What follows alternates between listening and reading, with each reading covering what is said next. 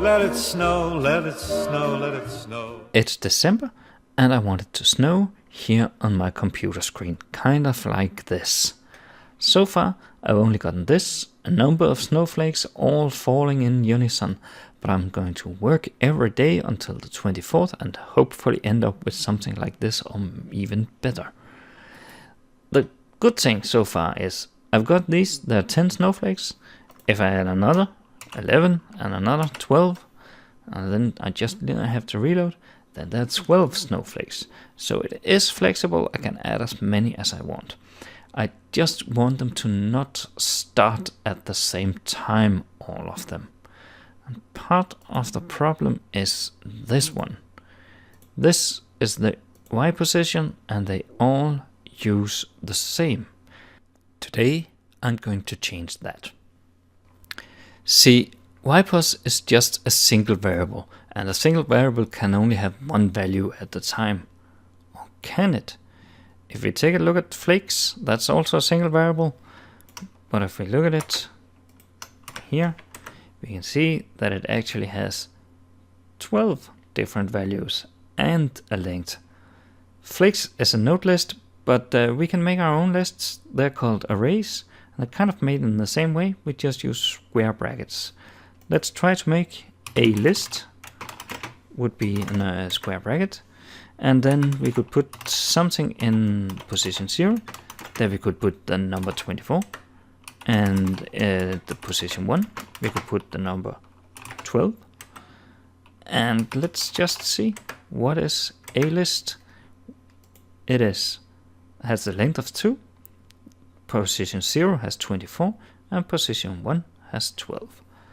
So my idea is, if I made ypos to be an array like this one, then I could make position 0 in that array be the Y position for this one, the first flake, position 0 in the flakes list, position 1 in ypos could be the Y position for position 1 in the flakes, and so on and so forth. Let's try it out. I'll start by setting this is now an array, shouldn't have anything in it, just an empty array. And then all of this should then happen inside the for loop, because it has to happen to everything in the ypos array, and it follows the flakes array, so I can use the same I.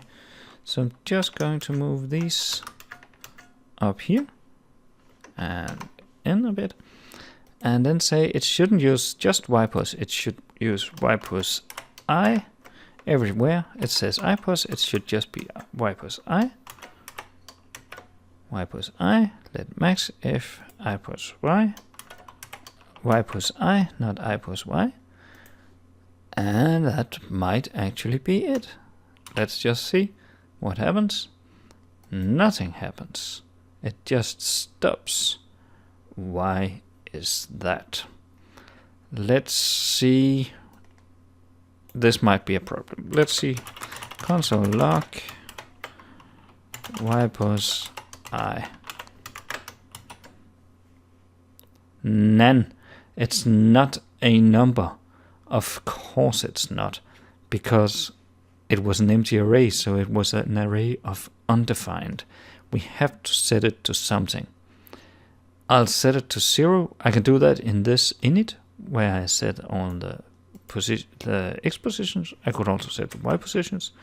So ypos I would be 0. And it works, and it's very slow now because I have all these console logs. I'm just going to remove them again.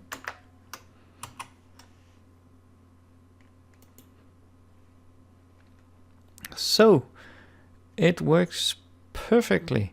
It goes to the bottom and then they stop. You can just see all of them are here, and that is because ypos is now -10.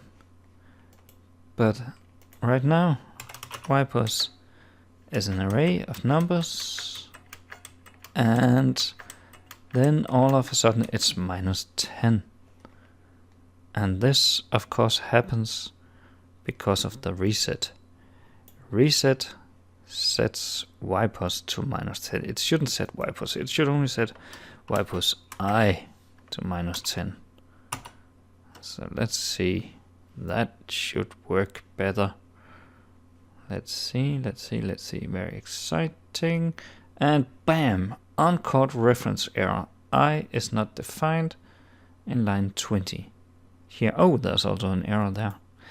Of course, I is created here inside the for loop. That means it only exists here between these curly brackets. If I want reset, this reset, to know about I have to send it as a parameter. So I set it there, and I have to receive it like that. And then let's see. Does it work?